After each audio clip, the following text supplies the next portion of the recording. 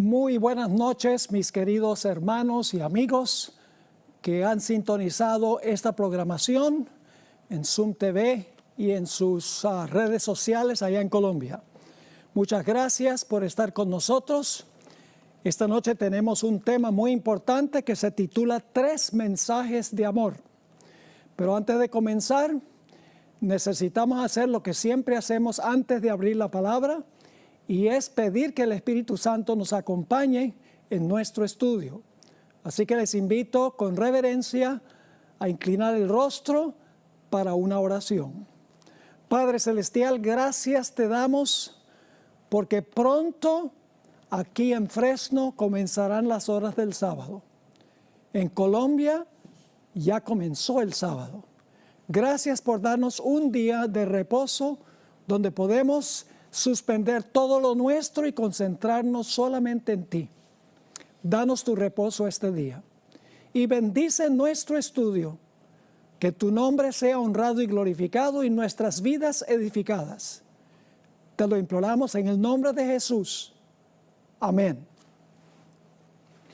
Vamos a comenzar nuestro estudio, 3 mensajes de amor, leyendo del Evangelio según San Lucas, el capítulo 17 y los versículos 26 y 27.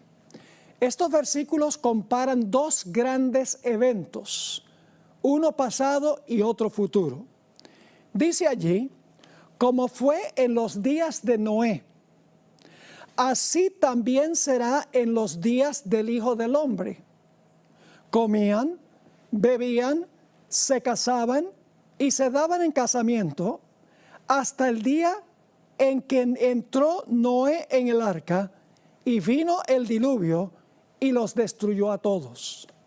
Aquí Jesús comparó 2 eventos, lo que ocurrió en los días de Noé con lo que va a ocurrir en relación con la segunda venida de Cristo Jesús. Ahora nos preguntamos en qué condición estaba el mundo antes del diluvio, porque para entender lo que va a ocurrir, tenemos que entender lo que ya ocurrió una vez. Vamos a leer en cuanto a la condición del mundo en aquella época. Vamos a Génesis, el capítulo 6, y vamos a leer el versículo 5 y 6, y luego desde el 11 hasta el 13. Dice lo siguiente: vio Jehová que la maldad de los hombres era mucha en la tierra, y que todo designio de los pensamientos del corazón de ellos era de continuo solamente el mal. Fíjense las expresiones: la maldad mucha, todo designio de los pensamientos, de continuo solamente el mal. Notemos lo que dice el versículo 6. Y se arrepintió Jehová de haber hecho al hombre en la tierra. Le dolió el corazón. Versículo 11. Y se corrompió la tierra delante de Dios, y estaba la tierra llena de violencia. Y miró Dios la tierra, y he aquí que estaba corrompida, porque toda carne había corrompido su camino sobre la tierra. Dijo pues Dios a Noé: he decidido el fin de todo ser, porque la tierra está llena de violencia a causa de ellos, y he aquí que yo los destruiré con la tierra. Así que fíjense, mucha maldad en la tierra, todo designio continuamente solamente el mal. Dios inclusive se dolió de esto tanto que dice que se arrepintió de haber creado la tierra. La tierra estaba llena de violencia, toda carne había corrompido su camino delante de Dios. Esa era la condición del mundo en los días de Noé. Pero no todos estaban viviendo esa clase de vida. En Génesis 6 y el versículo 9 nos dice que había un pequeño remanente. Dice allí en Génesis 6 y el versículo 9, estas son las generaciones de Noé. Noé, varón justo, era perfecto en sus generaciones. Con Dios caminó Noé. Noé era fiel. Y al leer el relato nos damos cuenta que su familia también fue fiel, porque en el arca solamente se salvaron de los millones que probablemente había en el mundo, porque habían pasado 1656 años desde la creación, en un mundo a donde la gente vivía hasta tener casi 1000 años. ¿Cuántos hijos podrían engendrar y concebir esa cantidad de personas con esa edad? No cabe duda que había millones de personas en este mundo. Y sin embargo, la Biblia nos dice que el remanente era pequeño. Las mayorías casi nunca están con Dios. Siempre es el remanente o la minoría. Ahora vamos a notar otra comparación que hizo Jesús.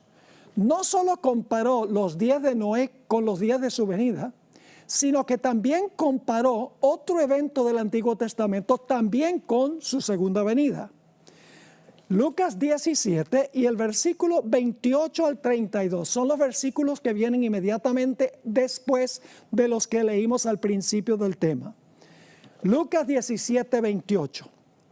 Asimismo, como sucedió en los días de Lot, comían, bebían, compraban, vendían, plantaban, edificaban, mas el día en que Lot salió de Sodoma, llovió del cielo fuego y azufre y los destruyó a todos. Y ahora noten, así será el día en que el Hijo del Hombre se manifieste. Ahora hablemos un poco sobre la ciudad de Sodoma y las otras ciudades circunvecinas. En eso nos vamos a enfocar.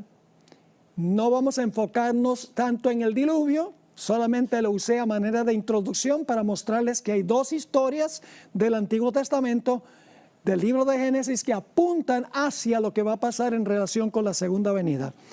Ahora, ¿cómo era la región a donde estaba Sodoma y Gomorra antes que fuesen destruidas? En Génesis 13 y el versículo 10 encontramos una descripción de esa región.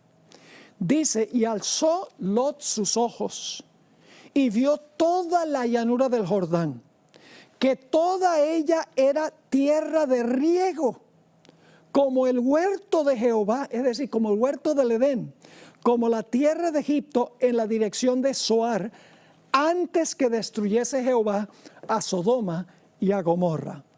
Era una tierra fértil de riego, como el huerto de Jehová, casi como el Edén. Un lugar hermosísimo, todo verde.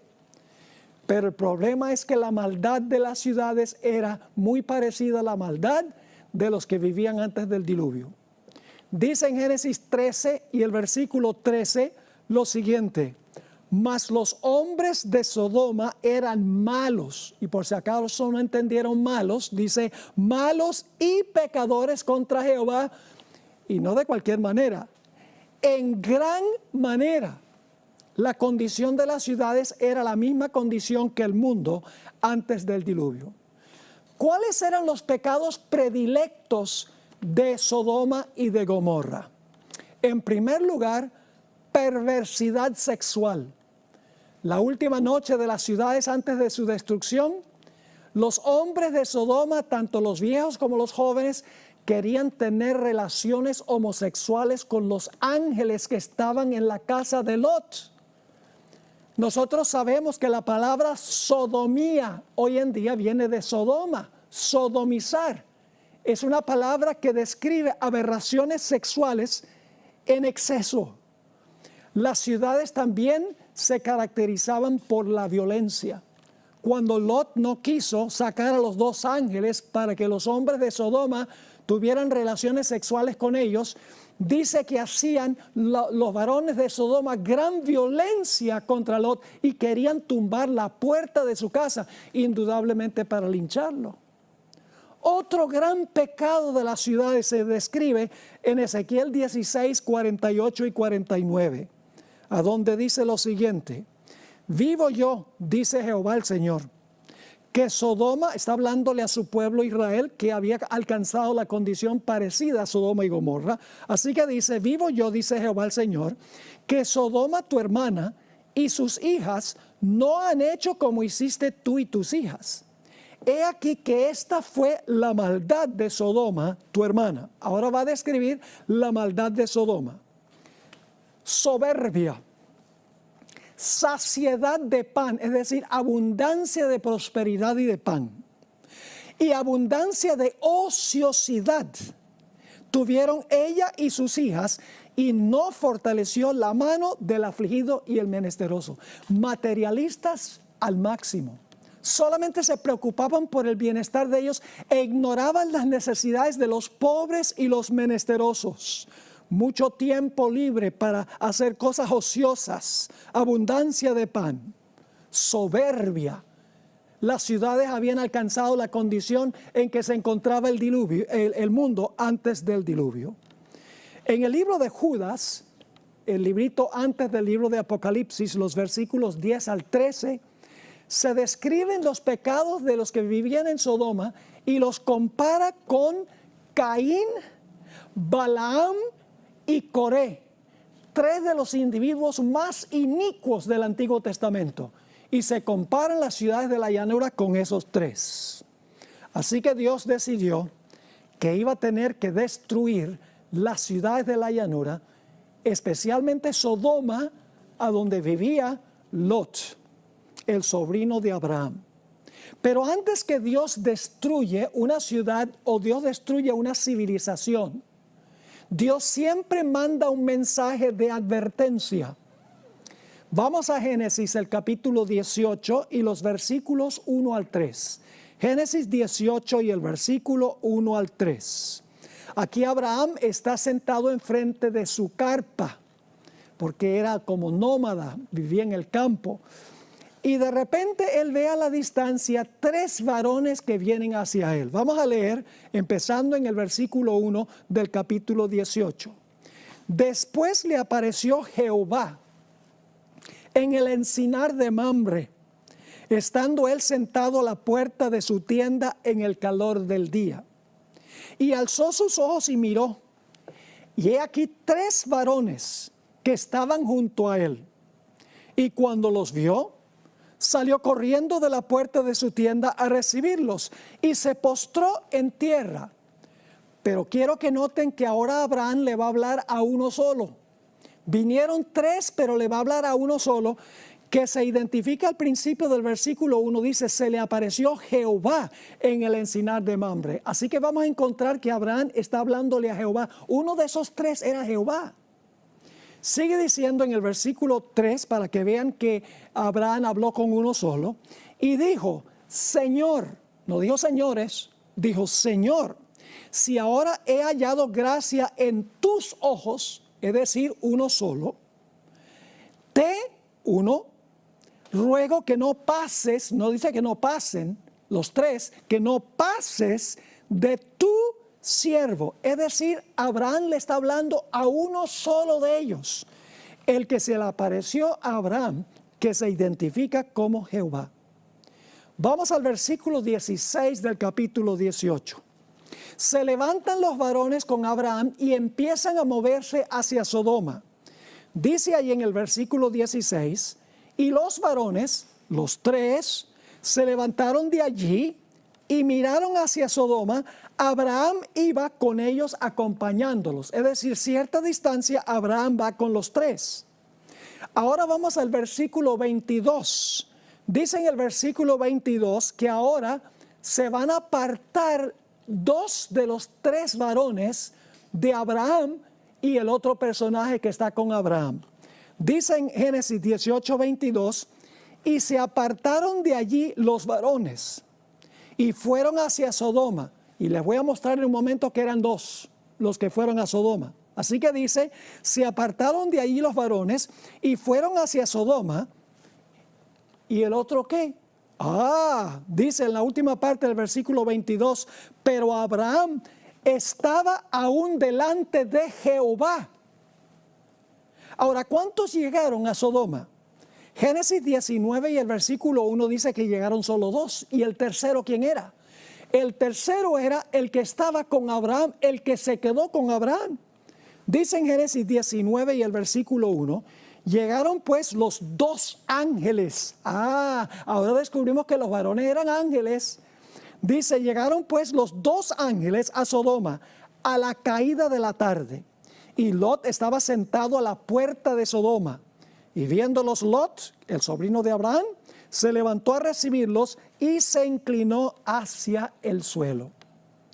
El personaje con quien se quedó Abraham no es más ni menos que Jehová, que se le llama el ángel de Jehová en el Antiguo Testamento. Se le llama Miguel el arcángel en el Antiguo Testamento. Se le llama el ángel de su faz.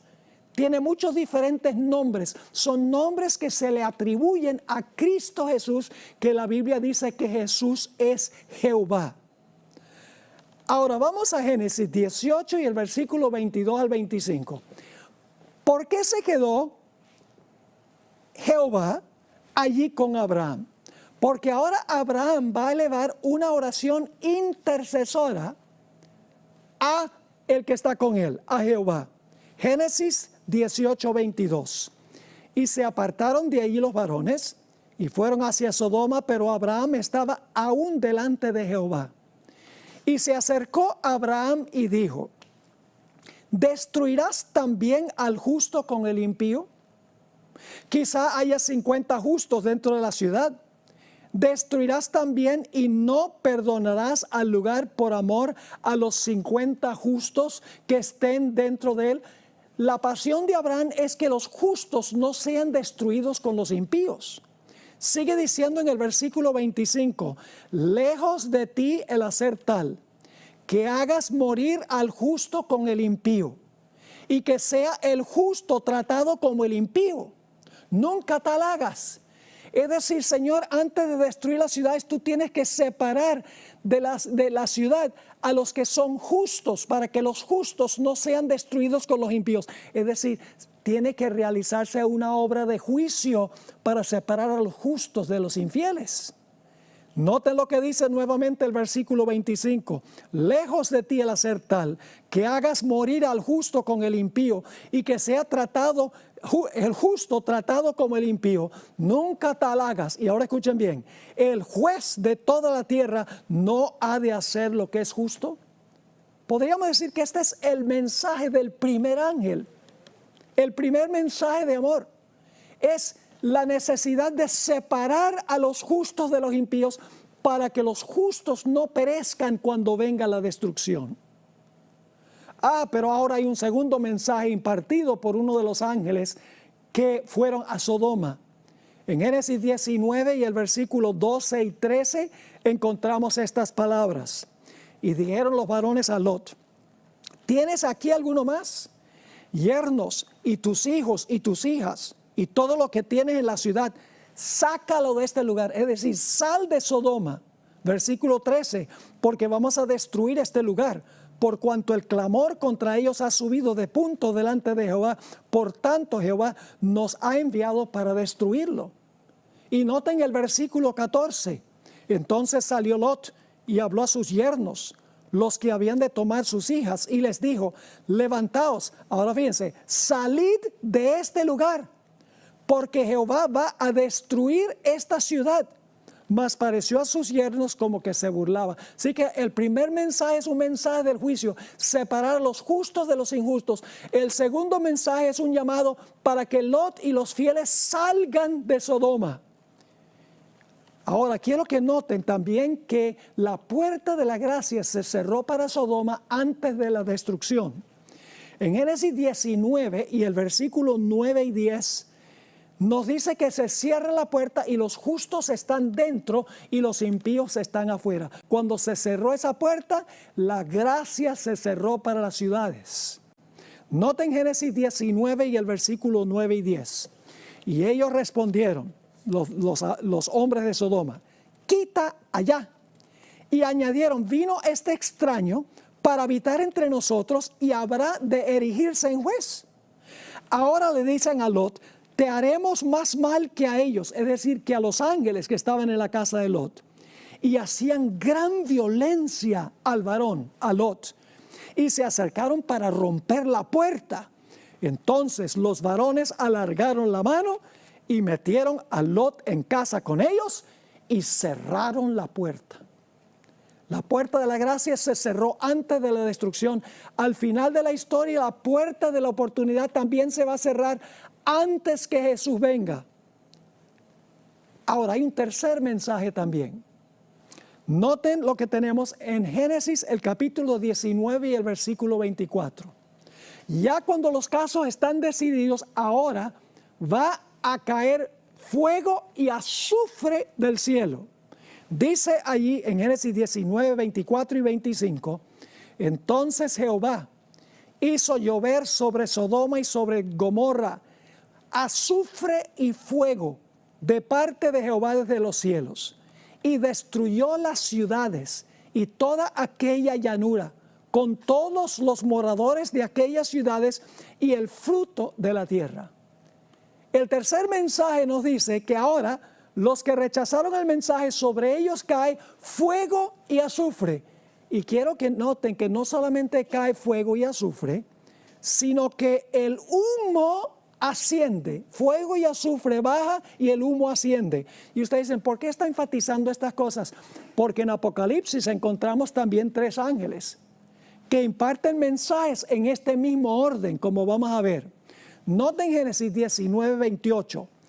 Y miró Abraham hacia Sodoma y Gomorra, y hacia toda la tierra de aquella llanura miró, y he aquí que el humo subía de la tierra como el humo de un horno.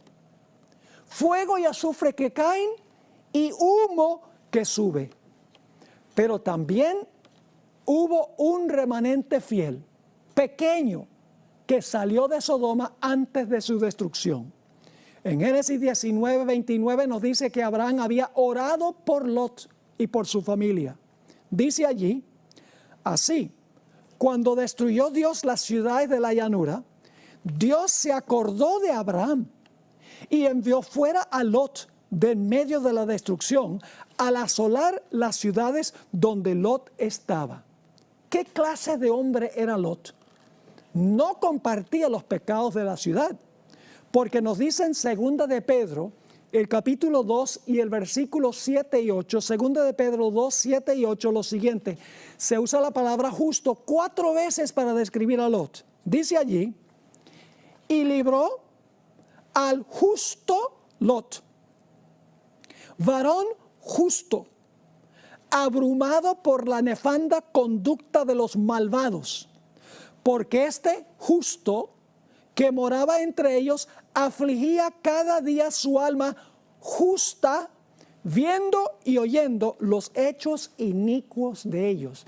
Lot clamaba y gemía por las abominaciones que se estaban cometiendo en la ciudad. Así que el fuego y el azufre descendieron del cielo y las ciudades fueron destruidas. El humo de su incendio subió. Ahora en Judas, el versículo 7 nos describe la destrucción de las ciudades y la clase de fuego que destruyó las ciudades, específicamente en este caso Sodoma, a donde vivía Lot. Noten Judas 7 la calidad de fuego que destruyó la ciudad de Sodoma. Dice allí, como Sodoma y Gomorra y las ciudades vecinas, las cuales de la misma manera que aquellos, habiendo fornicado, he ido en pos de vicios contra naturaleza, es decir, relaciones sexuales ilegítimas, ilícitas, fueron puestas por ejemplo, es decir, Sodoma y Gomorra fueron puestas por ejemplo, sufriendo el castigo del fuego eterno. ¿Qué clase de fuego destruyó a Sodoma y a Gomorra? Dice aquí, sufrieron el castigo del fuego eterno, pero ahora vamos a ver que tenemos un problemita. Porque en 2 de Pedro, el capítulo 2 y el versículo 6, nos dice algo muy interesante en cuanto a el fuego que destruyó las ciudades. Dice en 2 de Pedro 2 y el versículo 6, y si condenó por destrucción a las ciudades de Sodoma y de Gomorra, reduciéndolas a ceniza y poniéndolas de ejemplo a los que habían de vivir impíamente. Las ciudades fueron reducidas a ceniza, pero fueron destruidas con fuego eterno. Pero ¿cómo puede ser que el fuego eterno destruyó las ciudades si las ciudades fueron reducidas a cenizas? Las cenizas son el resultado de lo que se consumió cuando se apaga el fuego. ¿Cómo puede ser fuego eterno y las ciudades fueron reducidas a cenizas? Tal vez hay algo que muchas personas no han entendido, particularmente aquellos que pertenecen a iglesias a donde se cree que el fuego del infierno va a arder por los siglos de los siglos sin fin. Vamos a Deuteronomio, el capítulo 4 y el versículo 23 y 24 para ver qué es el fuego. ¿Qué es el fuego que consumió las ciudades? Dice allí en Deuteronomio 4, 23 y 24, Dios le está hablando a su pueblo Israel: guardaos, no os olvidéis del pacto que Jehová vuestro Dios, que Él estableció con vosotros, y no os hagáis escultura o imagen de ninguna cosa que Jehová tu Dios te ha prohibido. Porque Jehová tu Dios es fuego consumidor, Dios celoso. ¿Qué es Dios? Fuego consumidor. No significa que Dios es un montón de llamas de fuego en persona. Es un símbolo de lo que es Dios. Así que dice, Dios es el fuego consumidor. Esto se repite en el Nuevo Testamento, en el libro de Hebreos, el capítulo 12 y el versículo 28 y 29, a donde dice lo siguiente: así que, recibiendo nosotros un reino inconmovible, tengamos gratitud y mediante ella sirvamos a Dios, agradándole con temor y reverencia, porque nuestro Dios es fuego consumidor. ¿En qué sentido es Dios el fuego consumidor? Vamos a Éxodo 24 y el versículo 15 al 17 para ver qué aspecto de Dios es el fuego consumidor.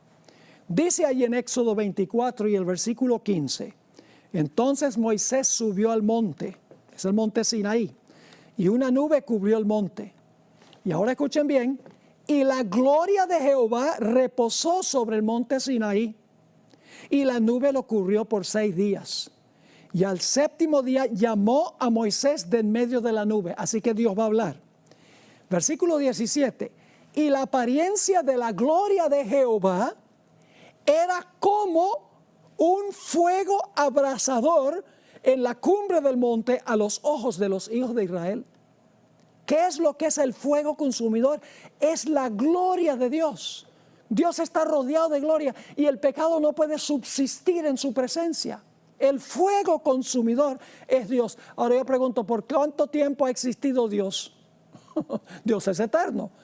Así que el fuego que es Dios es ¿qué? Es eterno. El fuego es eterno, no lo que consume el fuego, lo que es eterno. Ahora vamos a notar algunos textos muy interesantes. Malaquías, el capítulo 4 y el versículo 1 nos dice qué va a pasar con los impíos. Dice allí en Malaquías 4:1: porque he aquí viene el día ardiente como un horno, y todos los soberbios y todos los que hacen maldad serán estopa. Aquel día que vendrá los abrazará, ha dicho Jehová de los ejércitos, y no les dejará ni raíz ni rama. ¿Quién es la raíz del mal? Satanás. Él fue el que le dio comienzo al mal. ¿Y quiénes son las ramas? Sus seguidores, los impíos, los que se describen aquí como soberbios, como gente que hacen maldad.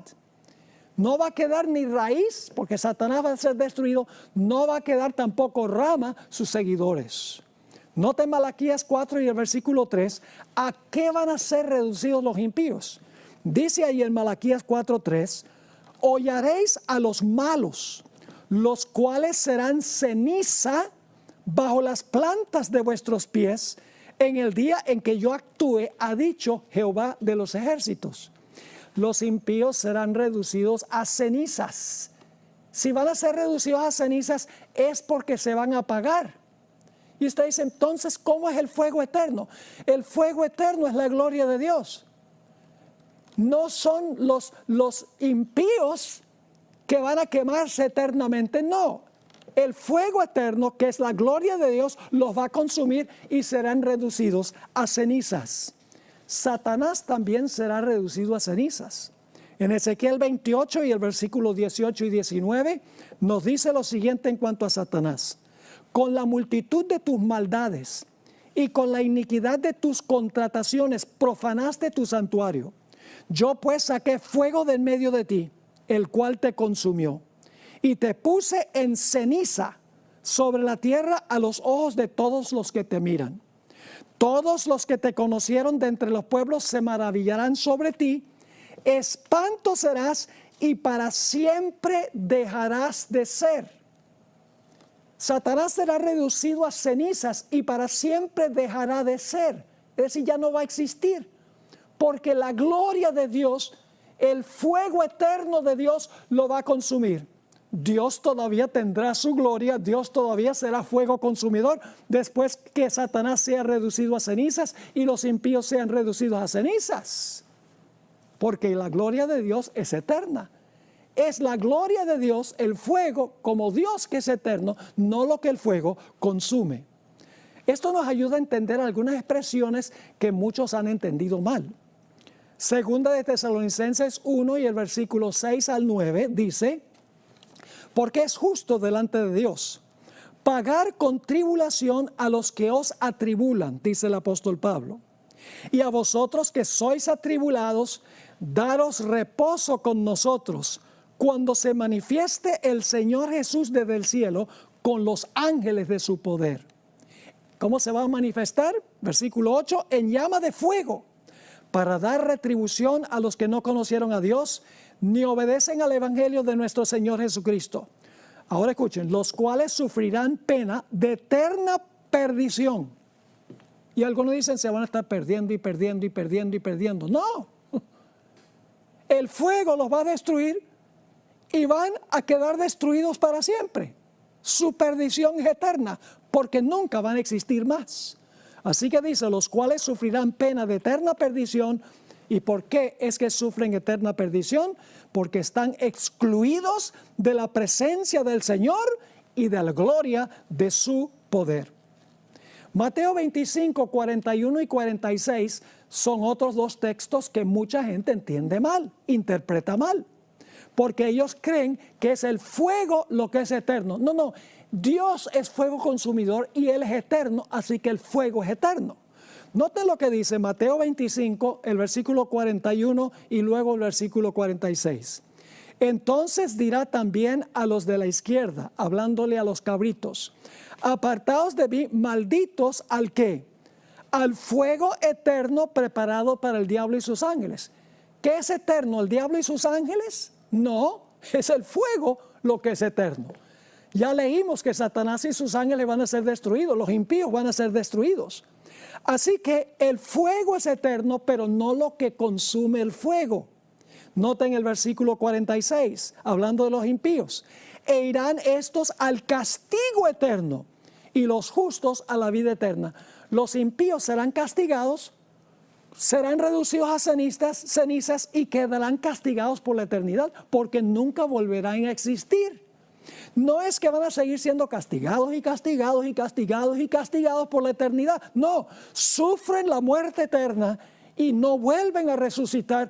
Por eso es que su castigo es eterno en sus resultados. Ahora, quiero que notemos algo muy sorpresivo. Se van a sorprender ahora. Los que van a vivir en el fuego eterno no son los malos, sino los buenos. No son los perdidos, sino los salvos. Y dice, pastor, ¿cómo dice usted que los justos, que los salvos van a vivir en medio del fuego? Y que no son los malos que van a estar en el fuego. Bueno, vamos a dejar que la Biblia nos diga esto. Porque esta doctrina del infierno es una doctrina diabólica, como se enseña en el mundo cristiano, de que Dios va a torturar a los impíos por la eternidad, quemándose y revolcándose en el fuego. ¿Qué clase de Dios es ese? ¿Sería ese un Dios de amor? Cuando los impíos se están revolcando en las llamas, sufriendo terriblemente, ese no es el Dios que yo sirvo. Noten Isaías 33, 11 y 12, a donde se describe la destrucción de los impíos. Dice, hablando de los impíos, concebisteis hojarascas, rastrojo daréis a luz. El soplo de vuestro fuego os consumirá, y los pueblos serán como cal quemada, como espinos cortados serán quemados con fuego. Eso es lo que va a pasar con los impíos. ¿Y quiénes van a vivir en medio del fuego y no van a ser consumidos? Isaías 33, versículo 14 al 16. Fíjense lo que dice. Los pecadores se asombraron en Sión. Espanto sobrecogió a los hipócritas. ¿Quién de nosotros morará con el fuego consumidor? ¿Quién de nosotros habitará con las llamas eternas? El mundo cristiano dice los malos, pero no es lo que dice la Biblia. Dice en el versículo 15, ¿quiénes van a morar con el fuego consumidor y van a habitar con las llamas eternas? Dice en el versículo 15, el que camina en justicia y habla lo recto, el que aborrece la ganancia de violencias, el que sacude sus manos para no recibir cohecho, el que tapa sus oídos para no oír propuestas sanguinarias, el que cierra sus ojos para no ver cosa mala.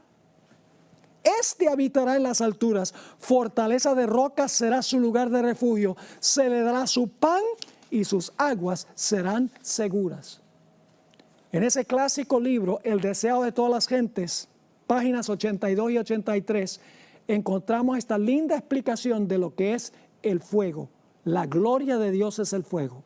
El fuego en ese sentido es eterno, pero lo que consume no es eterno.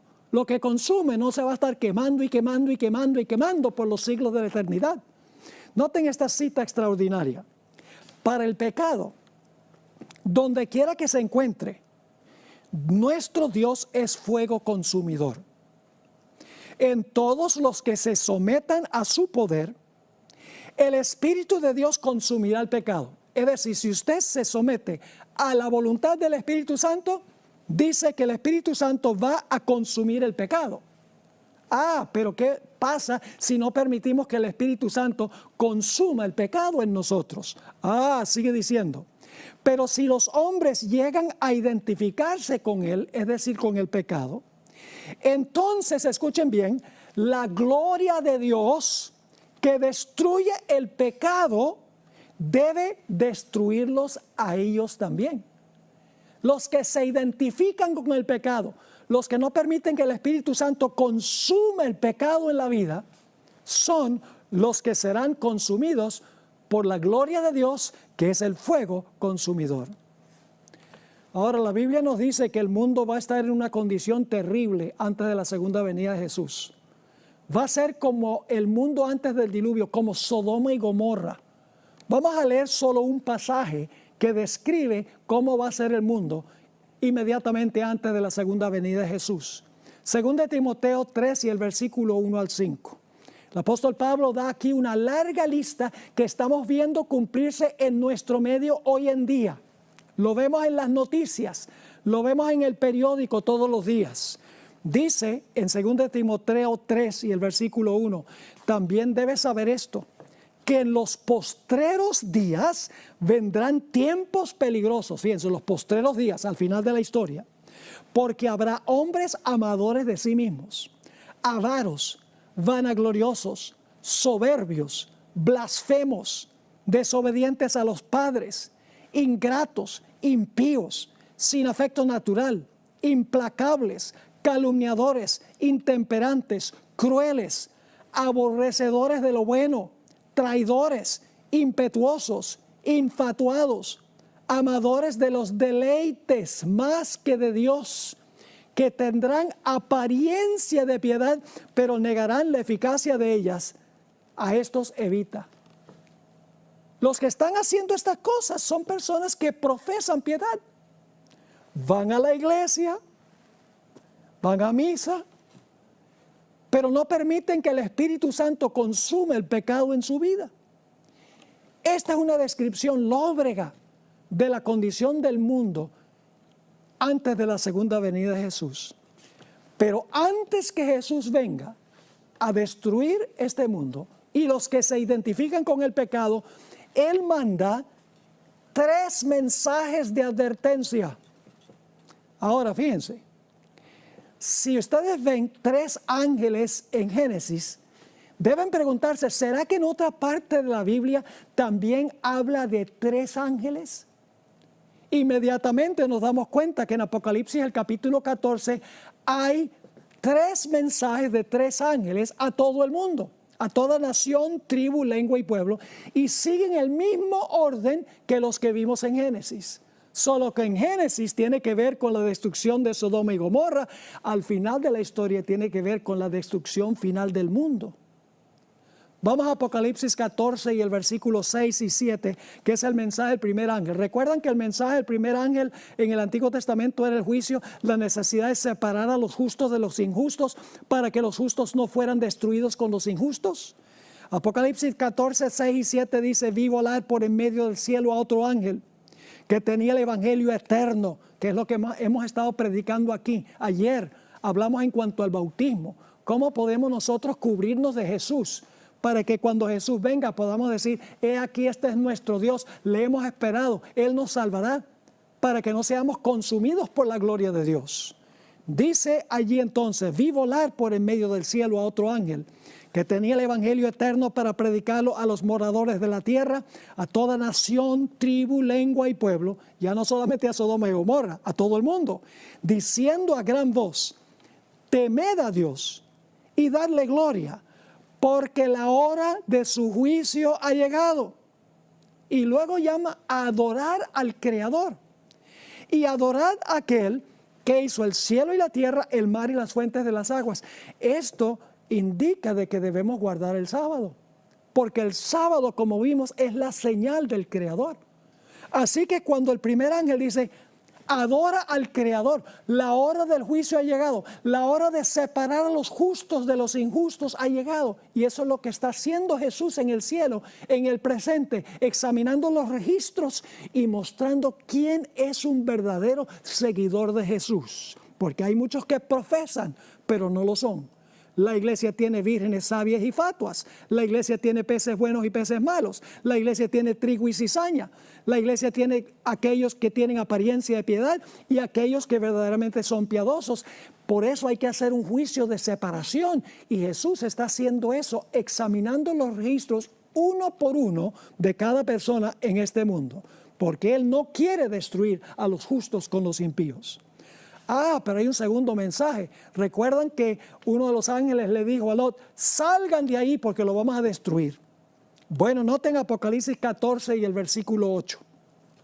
Otro ángel le siguió al primero, diciendo, ha caído Babilonia, que sería lo mismo que Sodoma y Gomorra a nivel mundial, la gran ciudad, porque ha hecho beber a todas las naciones del vino del furor de su fornicación. El vino representa en sus falsas doctrinas. La mayoría del mundo absorbe esas doctrinas. Vamos al capítulo 18 y el versículo 1 hasta el versículo 5 para que vean que este mensaje segundo tiene una dimensión adicional al final de la historia. Dice en Apocalipsis 18:1, después de esto vi a otro ángel descender del cielo con gran poder y la tierra fue alumbrada con su gloria. Y clamó con voz potente diciendo, ha caído la gran Babilonia. Y se ha hecho habitación de demonios y guarida de todo espíritu inmundo y albergue de toda ave inmunda y aborrecible. Fíjense, la condición del mundo igual que con Sodoma y Gomorra, igual que antes del diluvio. Versículo 3. Porque todas las naciones han bebido del vino del furor de su fornicación, y los reyes de la tierra han fornicado con ella, y los mercaderes de la tierra, fíjese aquí, los reyes, los mercaderes, las muchedumbres, toda esta gente están en Babilonia. Ahora fíjense lo que dice en el versículo 4. Y oí otra voz del cielo que decía, salid de ella, pueblo mío. Qué interesante. A Lot se le dijo y a su familia, salgan. El segundo mensaje aquí dice, Babilonia cayó, salgan para que no sufran la destrucción.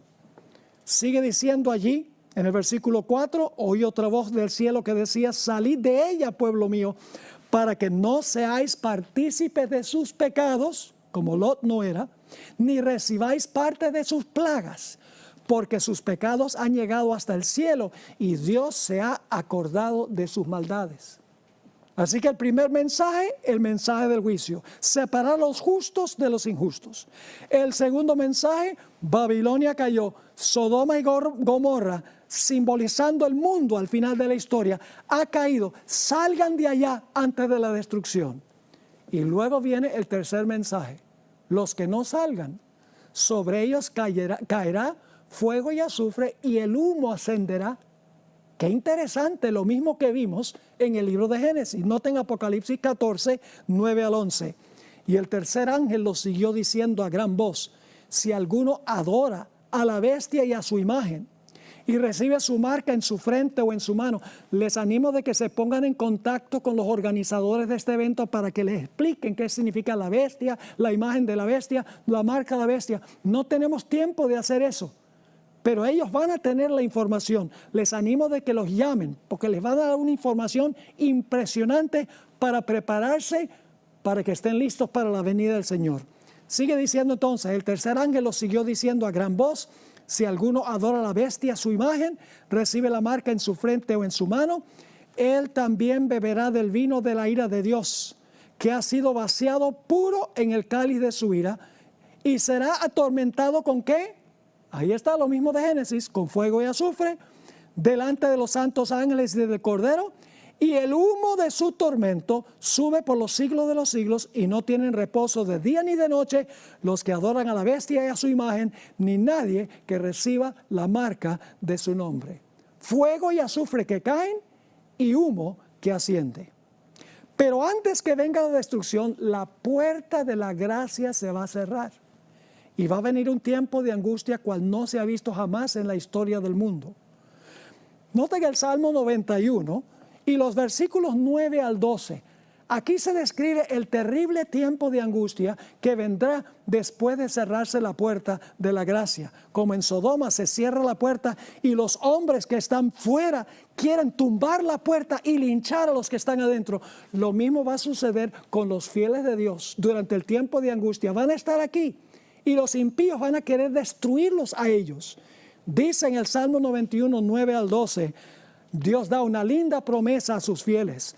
Porque has puesto a Jehová, que es mi esperanza, al Altísimo por tu habitación. No te sobrevendrá mal, ni plaga tocará tu morada. Pues ahora escuchen, como pasó con Lot en Sodoma, los ángeles protegieron a Lot y a su familia, pues a sus ángeles mandará acerca de ti, que te guarden en todos tus caminos, en las manos te llevarán, para que tu pie no tropiece en piedra. 3 mensajes globales al final de la historia. Ahora necesitamos estudiar en cuanto a la mujer de Lot. En Génesis 19, el versículo 17 y luego el versículo 26 nos dice lo siguiente en cuanto a la esposa de Lot. La esposa de Lot salió de Sodoma, pero Sodoma no había salido de su corazón. Estaba enamorada del mundo. Su corazón estaba lejos de Dios. Dice en el versículo 17 de Génesis 19, y cuando los hubieron llevado fuera, es decir, los ángeles llevaron a Lot y a su familia fuera, dijeron: escapa por tu vida, no mires tras ti, ni pares en toda esta llanura. Escapa al monte, no sea que perezcas.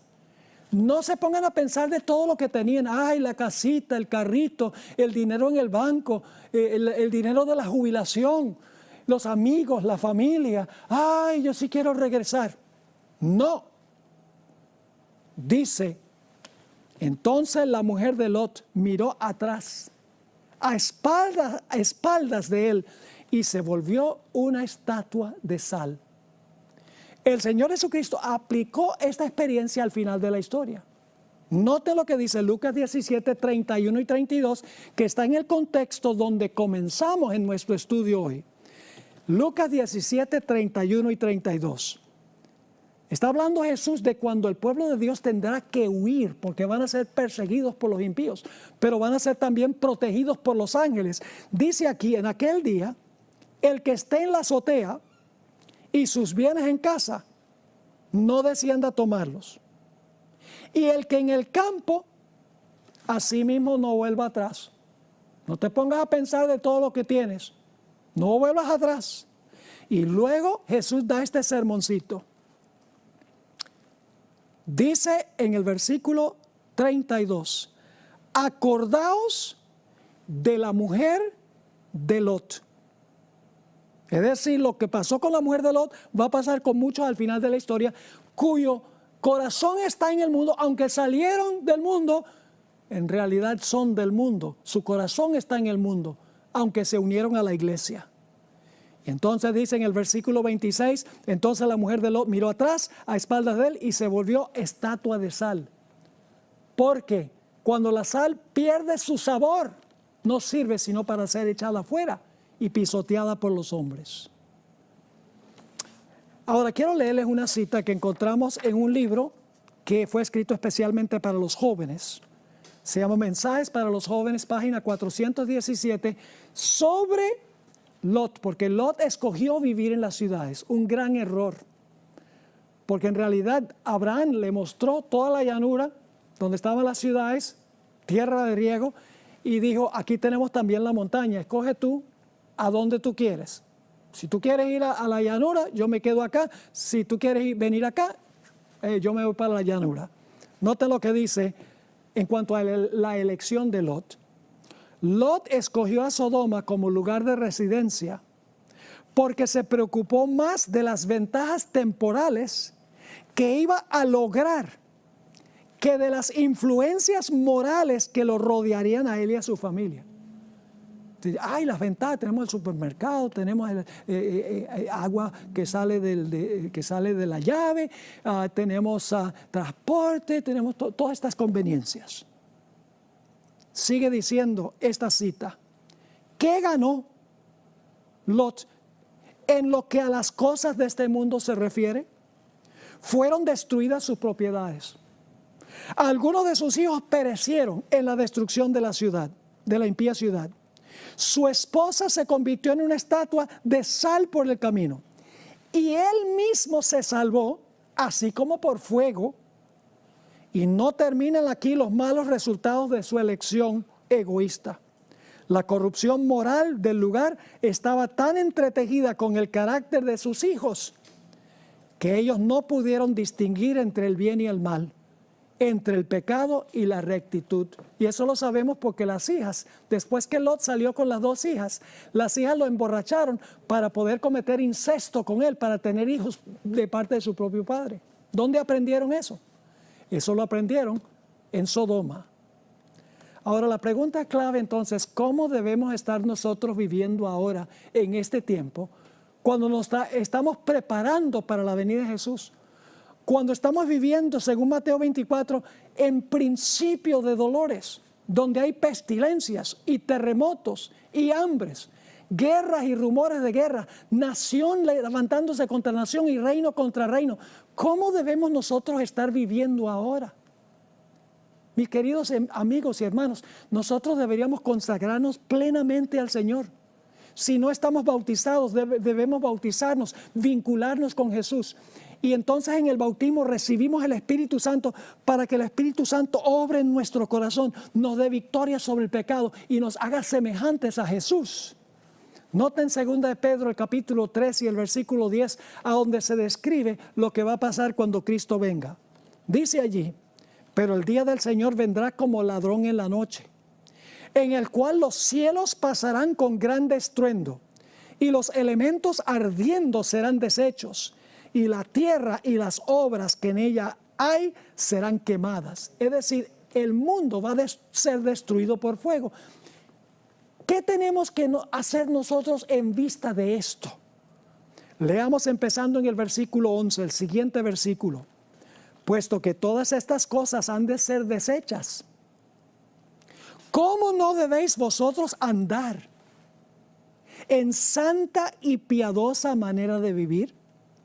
Esperando y apresurándonos para la venida del día de Dios, en el cual los cielos encendiéndose serán deshechos y los elementos siendo quemados se fundirán. Pero nosotros esperamos según sus promesas, cielos nuevos y tierra nueva, en los cuales mora la justicia.